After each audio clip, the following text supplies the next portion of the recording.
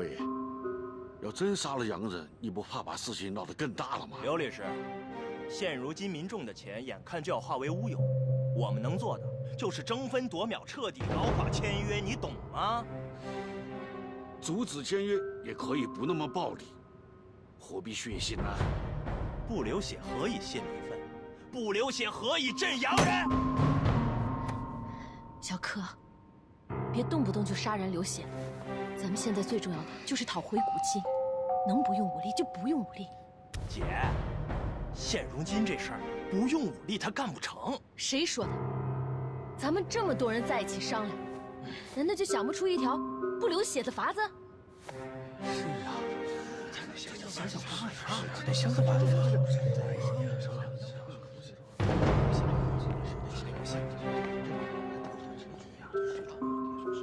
大家想解决问题，不必动刀动枪的。周先生，周先生，周先生，周先生来了。朝廷是不会再多出钱了。驳回拨款诉求，着钱侍郎尽快签约，勿夺废言。这是什么意思？这铁路协议一旦签署，铁路沿线的所有权益都将落入洋人囊中，最惨的就是老百姓，竹篮打水一场空啊！所以您给朝廷发电报，为百姓争取古金。百姓得不到权益，多少得补偿点钱吧。英国远东公司那边是指望不上了，我原本想，朝廷能拨点款项，可是现在看来，只能另筹他法了。周先生，你到底有什么办法，能让我们不用武力就可以解决古今的问题？依我之见，不如和平谈判。和平谈判？和平谈判？谁跟你和平谈判？是朝廷跟你和平谈判，还是洋人跟你和平谈判？他们会听你的话？哼，幼稚！任何一条路，都要去尝试着走一走，才能走得通。我来到这里，就是为了引导大家，寻找一条最合适的道路去抗争。请问，这有什么不好吗？周先生，我看你是站着说话不腰疼吧？我们尝试过和他们谈判，但是被他们拒绝了。柯爷，失败并不可怕，最可怕的是一次失败就退缩，斗争永远止步不前。这次，周某愿意代表大家，再找朝廷、找洋人去谈判。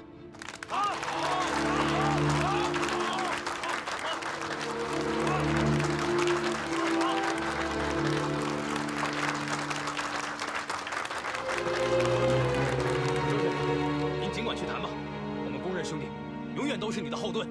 我们支持你，我们支持你，我们支持你，我们支持你，我们支持你，还有我们农民兄弟，对，我们也支持你，还有我们，我们也支持你。还有我们也支持你，对，我们支持你，我们支持你，对，我们支持你，我们支持你，我们支持你，我们支持你，周先生为民请命，高风亮节，情义可嘉，刘某佩服。既然大家的意见都一致了，那一切都有劳周先生了。有劳周先生了。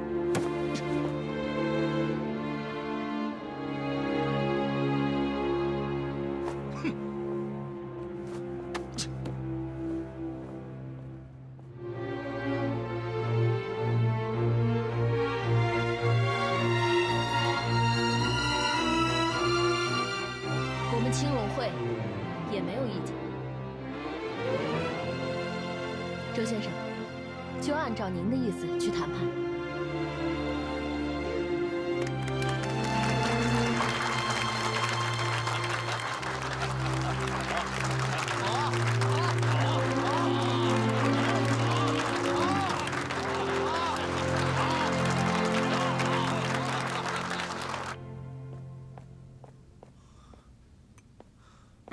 不是姐，那姓周的是个什么东西？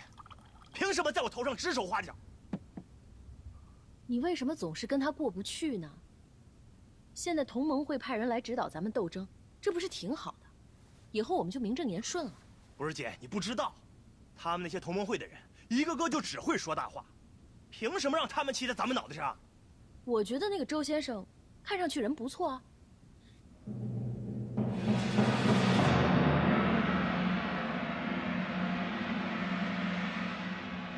你又来干嘛？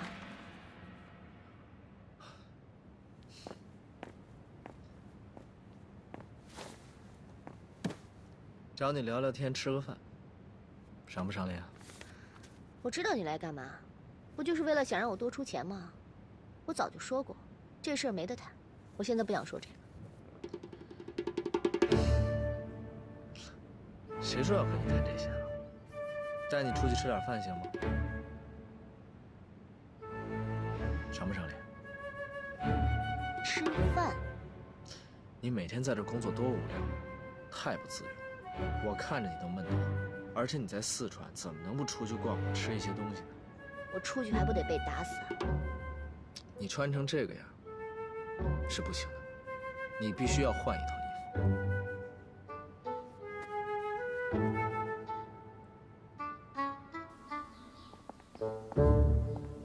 服。哟，你穿这身比穿洋装好看多了。我就当你是夸我，咱们走吧。现在外面很不安全，我劝你们最好考虑清楚。放心吧，外面我都安排好了。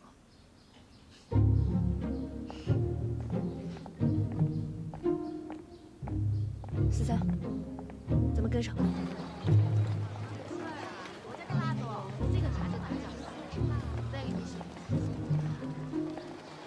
这是牛肉，为什么摆成这样？哦，这个呀叫做灯影牛肉。为什么叫灯影？为什么叫灯影？传说这菜市的发明者来闹市摆摊儿，为了让生意好一点，他就特意将牛肉切薄挂在摊前，后面放一盏煤油灯，这样路过的客人透过牛肉干看到背后的灯影，好奇之下就会买上一碗。久而久之，大家都管这叫灯影牛肉。这牛肉好吃就好吃在它的薄上，入口即化。原来如此。这位好生，那倒不少啊。过去几位，里边请。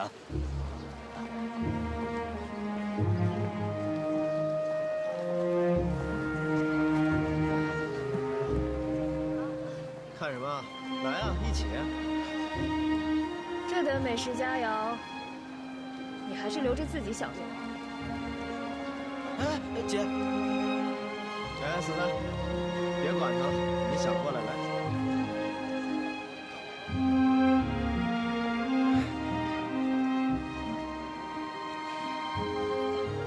老板，来2碗面。您稍等啊，牛肉。都说这四川是鱼米之乡，果然，老百姓的日子过得还是挺安逸的。这里虽然是鱼米之乡，但也是中国最闭塞的地方。米粮物资大量囤积，早就是一个大问题。所以你们才要修铁路。只是自古蜀道难，难于上青天，这里修铁路实在是太难。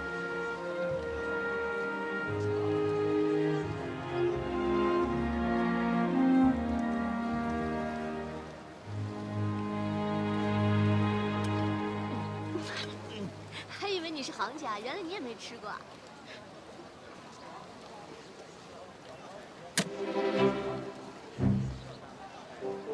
姐，怎么了？吃不下。姐，你别生气。爷这么做啊，是为了从那个玛丽的兜里掏钱出来，所以啊，今天肯定得把她哄开心了。可是我不开心。那姐，要不这样，咱们呀眼不见为净，我陪你到处转转。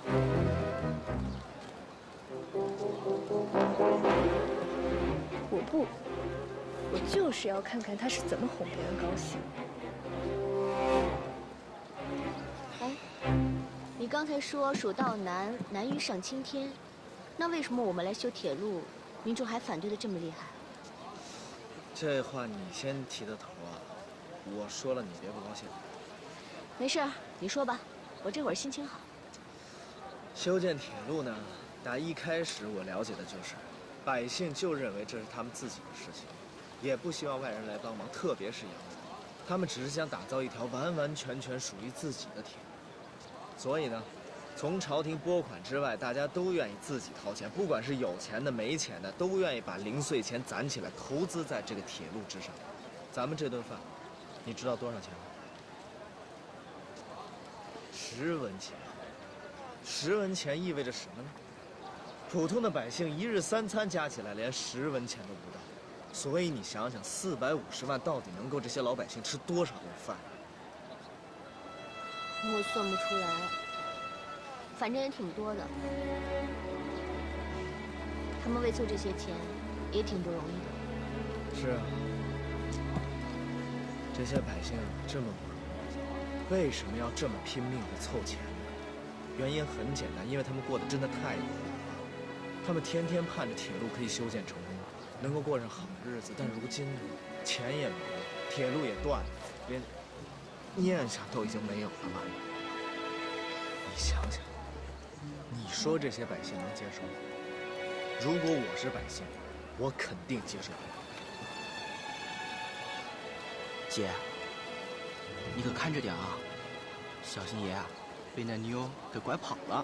呸！我才不信！哎，这女人呐，就是口是心非。就你话多，吃你的。程宇明，我知道你说的都对，可是我也有我的立场。我是收购方，不是慈善家。公司经营的目的就是要争取利润。我知道，我没有要让你放弃，但也要在一个合理的范围之内。你把关系都搞僵了，对你的签约也不利。而且我劝你一句，能用钱解决的问题都不是问题。你花了钱摆平了事情，对你的签约和完成任务都有好处，难道不是吗？真要闹到不可收拾的地步，也不是你想看到的。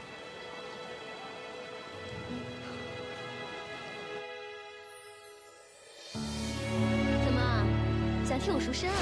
戏软也有的是，收好。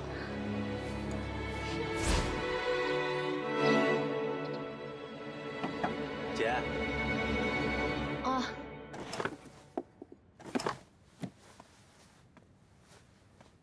来，过来坐。姐，今儿怎么这么高兴啊？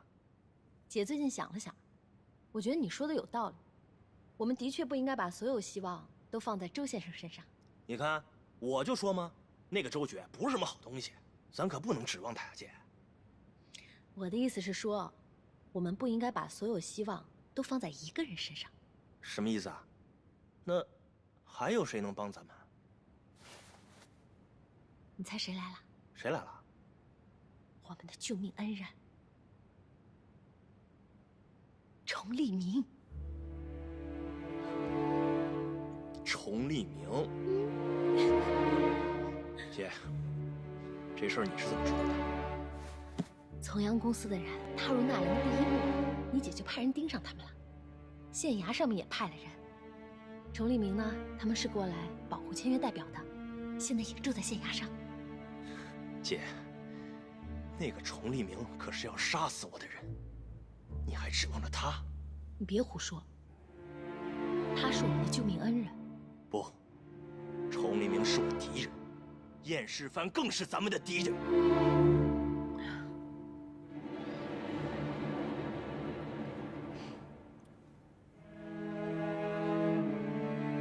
小柯，其他的事情你姐可以不管，但这件事情你必须听我的。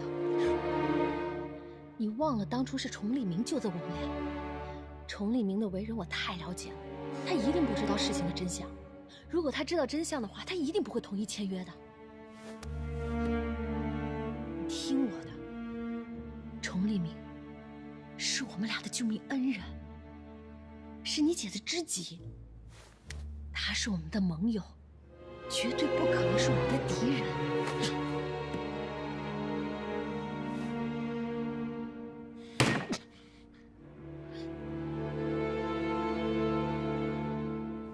没想到你现在变得这么会讲道理。其实啊，这件事也不是完全不行，不过我有个条件。什么条件？如果你亲我一下，我就考虑你说的补偿方案。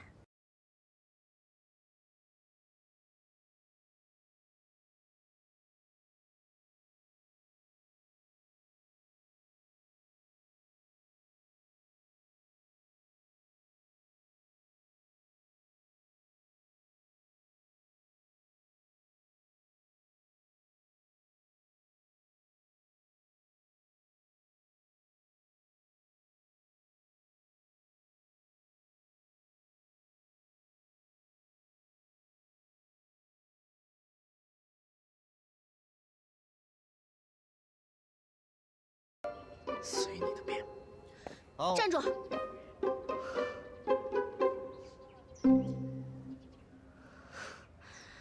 那些股民闹再大的风波，也和我们公司半点关系都没有。就算我们不出1分钱，你们朝廷也会替我们解决的。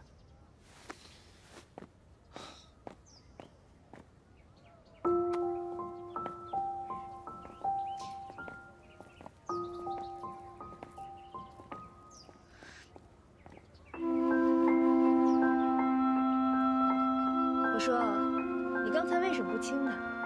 你要是真亲他了，说不定事情就解决了。他就那么一说，我要当真的，我岂不是傻子？那他万一真愿意掏钱呢？你就亲了？雨初，那个玛丽就是为了让你难受，才故意那么说。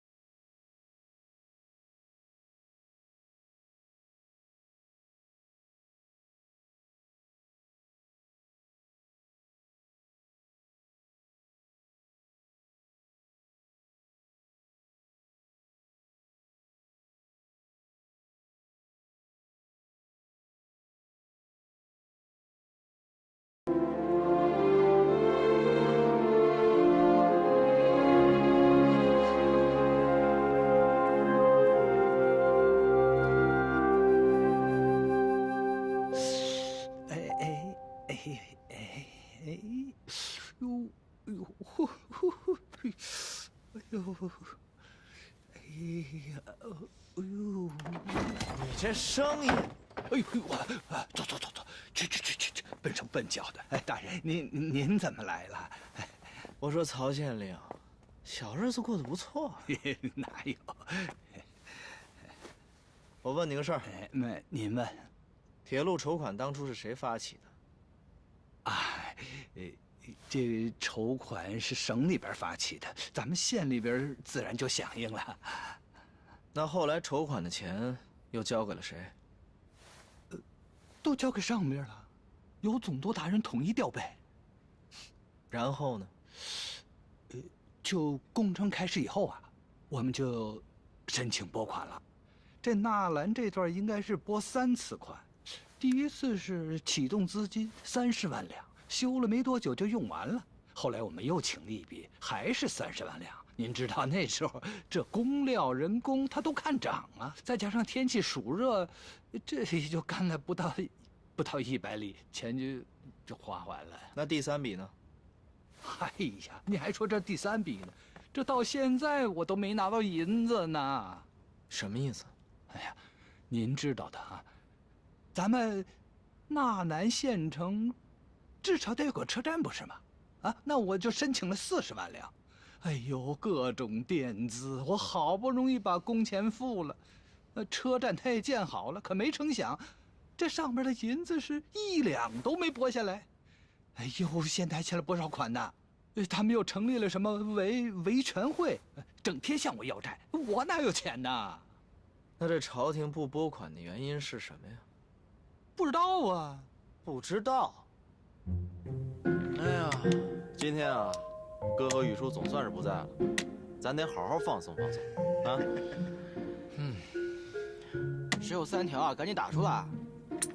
哎，你说爷带着雨初去找玛丽，这事能成吗？能成个屁能成！哎，但是我听说，玛丽和爷之前有过一段故事啊。切，那有个啥用？啊，玛丽是谁？玛丽是个商人，商人做事情先谈利益，什么故事感情，那都靠边站。再说远东公司，那玛丽说了算吗？大几百万，那洋人能认？这开玩笑。对呀。但是那洋人在四川修铁路啊，获得那个沿线的经营权啊，你知道能获多少利润吗？这个钱啊，就该他们多出一点。不过话说回来，我觉得爷呢根本就没有想过要好好谈事情。你说如果要好好谈事情的话，他会带雨初去吗？就是带雨初干嘛？对呀，带雨初去干嘛？是啊，快说吧。还玩呢？你怎么老打我脑袋啊？明天轮岗，你和瓦格纳去铁路公司。又是我，不让阿义去吗？让你去你就去，我废什么话？去吧，赶紧去啊！咱们来。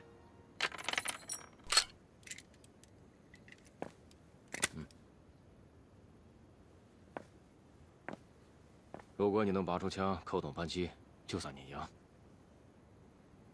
开始吧。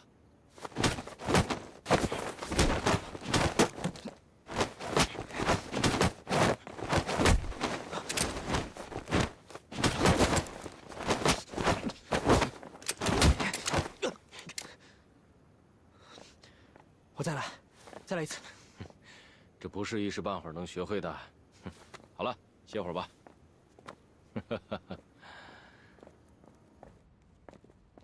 阿姨，你很灵的，好样的。阿姨，怎么样？黎叔功夫好厉害。我去烧点水啊。阿姨，黎叔会的可多了，咱们不着急，有的是时间，慢慢来。哎，来，这个你拿回去看看。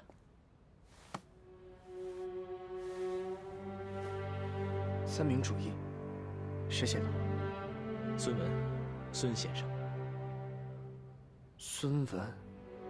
孙文先生就是我们同盟会的创始人。你不是问我，脑子里这些东西都是从哪儿来的吗？这儿就是革命思想的发源。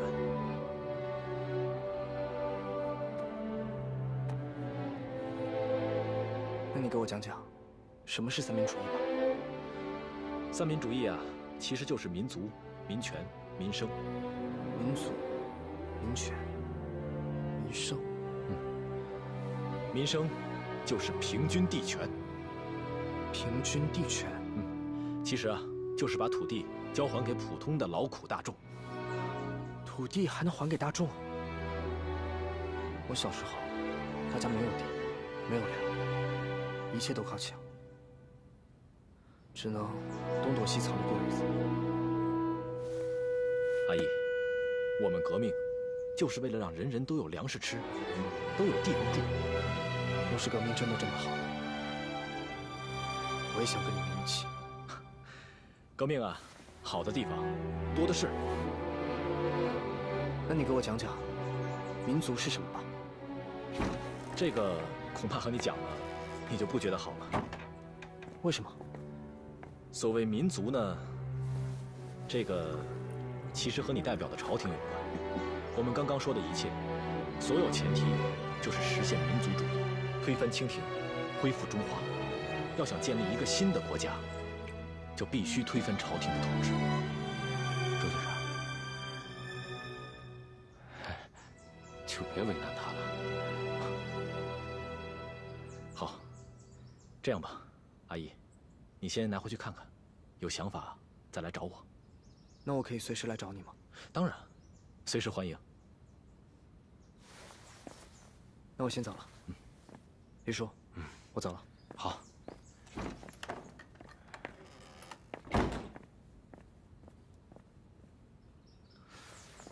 周先生，这样好吗？他毕竟是朝廷的人呐。哎，黎叔，阿义和他们不一样。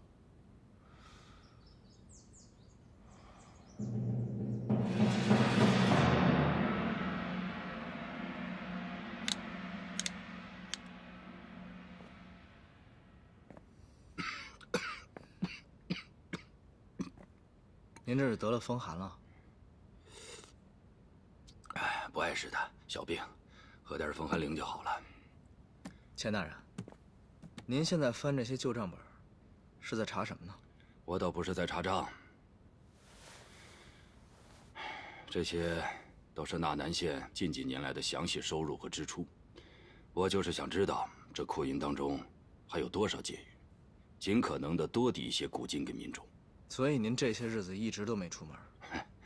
这个曹县令天天跟我哭穷，我总得知道他到底是真穷还是装穷吧。这些账不用查。想不到，一个小小的纳南县，管理起来有这么多门道，还有这么多莫名其妙的收入和支出。哎，你看看这个。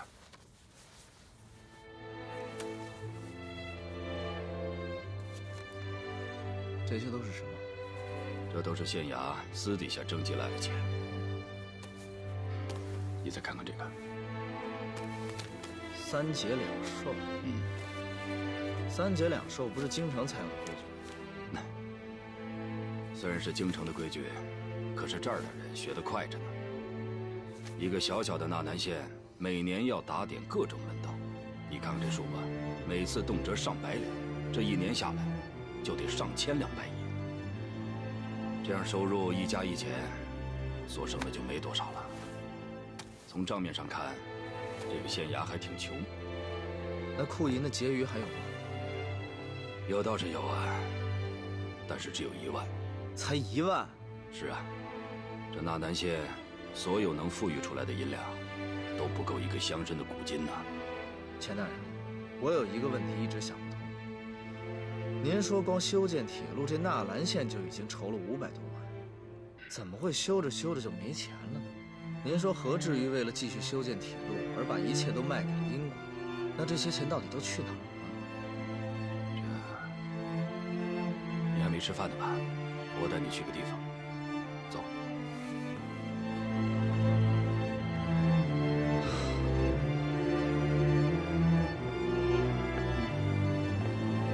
就是这儿。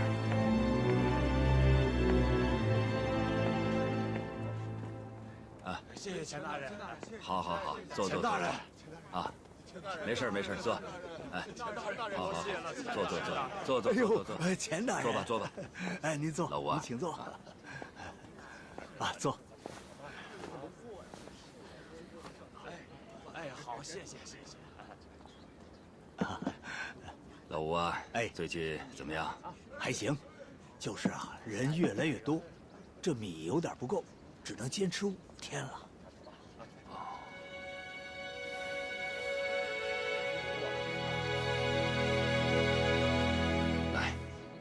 这些先拿去应急，其他的我再想办法。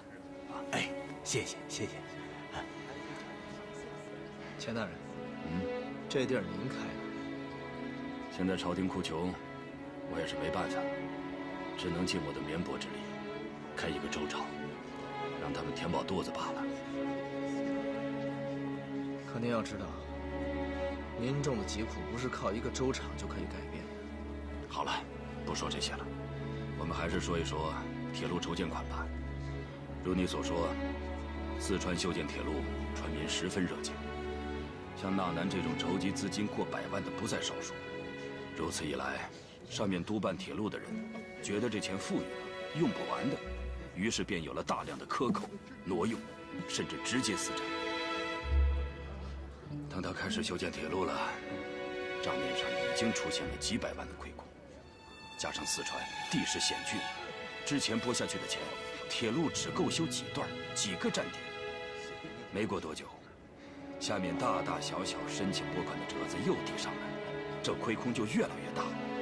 他们不怕掉脑袋？这件事在工部很常见的，亏空了补上就是了。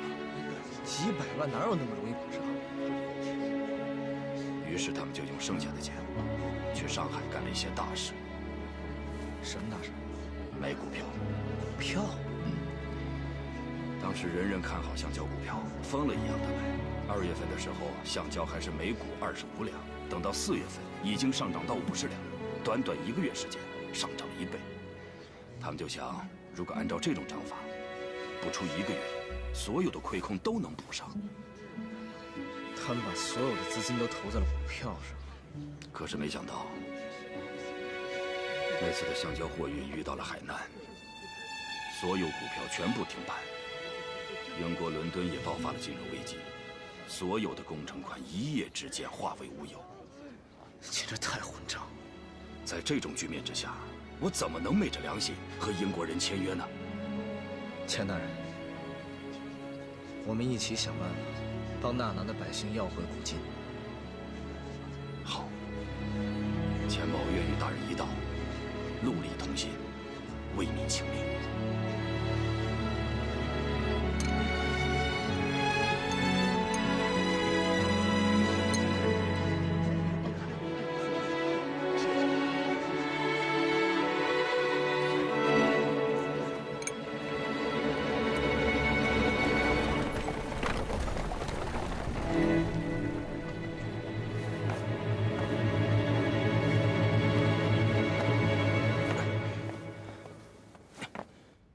周先生，您这次来是？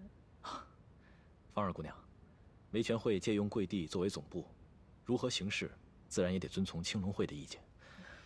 上次开会，周某可能有些话说的不太对，得罪了帮主，所以今天来正好跟他好好谈谈，把咱们的话都说清楚了，往后也好继续开展工作嘛。您太客气了，是我们帮中人性子急，说话做事也比较直接。还请您不要往心里去才是。那既然来了，有些事儿正好跟帮主当面商量商量。可以啊，我这就去叫他。您稍等。那就有劳芳儿姑娘了。你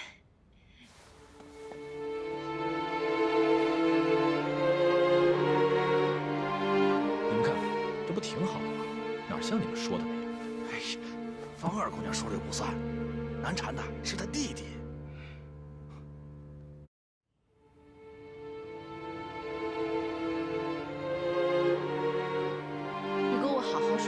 为什么现在不见？人家可是同盟会派来的。就因为他是同盟会派来的，我才不见呢。当初咱们愿意成立维权会，不就是为了响应同盟会的号召吗？现在派人来指导斗争，这不是好事吗？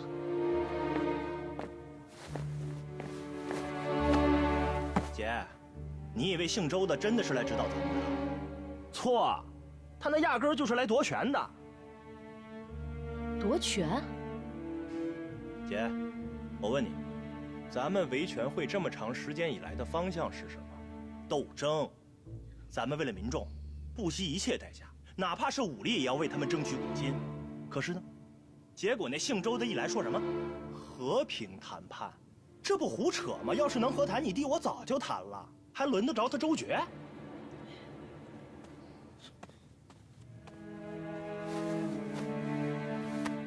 咱们谈不成，不见得人家谈不成，对吗？行，姐，我就算他谈成了，那他谈成了对咱们又有什么好？你说的这什么话呀？他要是谈成了，把古金拿回来，这不是对大家都有好处吗？关键是他谈成了吗？他不没谈成吗？你看那姓周的，成天就会说。他要真能把古金要回来，我就服他领导。但在这之前，做梦！你这是不讲道理啊！我不管，我的青龙会，凭什么他要来就给他领导？人家要领导的是铁路联合维权会。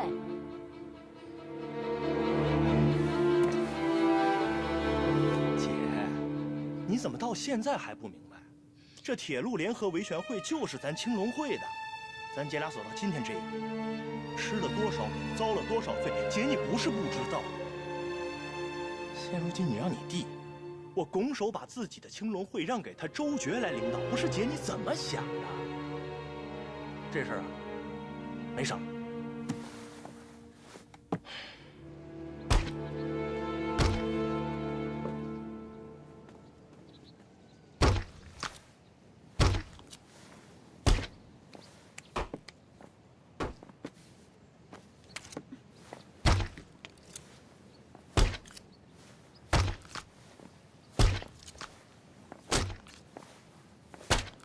姑娘，你这做的是什么呀？糍粑。糍粑。快到中秋节了，四川人最喜欢在中秋节的时候做糍粑。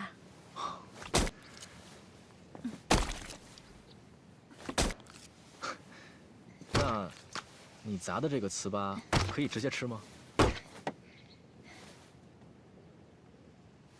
可以的，给你，很甜。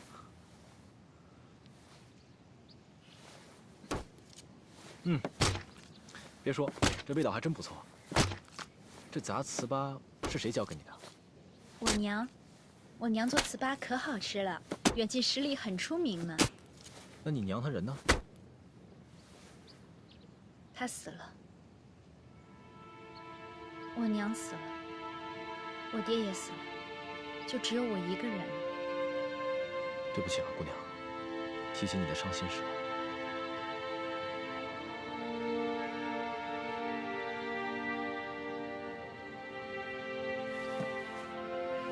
我们家以前是种油菜花的，日子虽然清贫，但还算快乐。可我爹是个不知足的人，爱折腾，经常攒了点钱就想做点小生意。有一次他进县城，听人说起了铁路股权的事儿，说什么2个月就可以翻番，修好了以后还可以分红。他就心动了。那后来呢？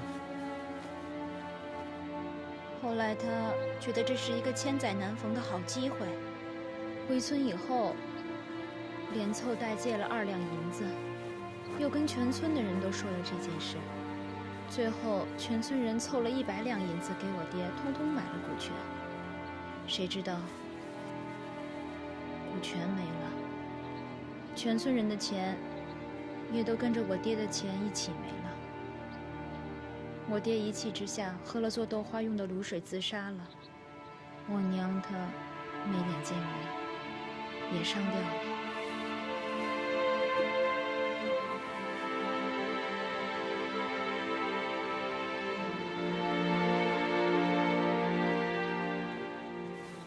后来芳儿姑娘收留了我，让我在这儿当个丫鬟，讨口饭吃。你叫什么名字？玉冰，你呢？叫我周爵就行。哦，周大哥，怎么以前没见过你啊？来喝杯茶吧。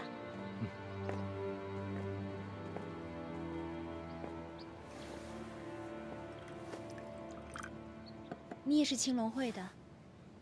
啊，我不是，我是同盟会的。和柯爷他们不一样。不一样，他们想动用武力，但我不想。他们没有想明白一个道理：一旦真的诉诸武力，不小心打死或者打伤了洋人，那洋人能善罢甘休吗？所以啊，这个时候一定不能冲动，而是要通过和平谈判的方式，让洋人心甘情愿地出钱，达成我们的诉求。真的吗？我们的钱真的能拿回来吗？虽然很难，但是周爵一定会竭尽全力去争取的。周先生，哎，柯爷今儿不在，还得麻烦您和各位代表打声招呼，改日再来吧。好吧，这边请。玉冰姑娘，那我先走了。嗯。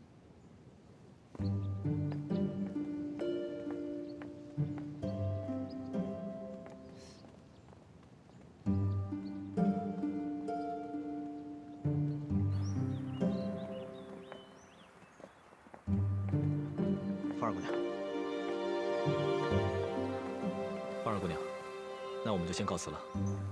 周先生，今天实在是抱歉。其实我弟弟他平时不是这样的，不过你放心，我以后会再好好劝劝他。之后还有很多事儿，都要仰仗芳儿姑娘了。我一定会尽力全力配合，直到找到真正适合维权会的斗争方式。多谢。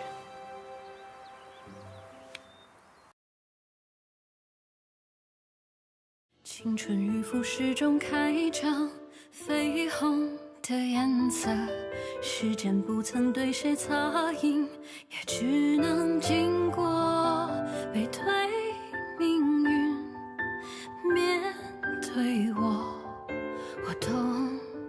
身不由己。拥抱停格在转身间，总有新的路要赶。话语静止在唇齿间，把故事说完。背对世界，面对你，你懂我的言不由衷。如梦浮生，谈是非因果，轮回里苦容逃不过。你承认卷起千层风波，我愿意陪你不风烛火，做你隐形过客。如梦难可，花开又花落，我笑容你不曾触摸。秘书中写满阴差阳错，就让回忆步步随你背影，渐行渐远着。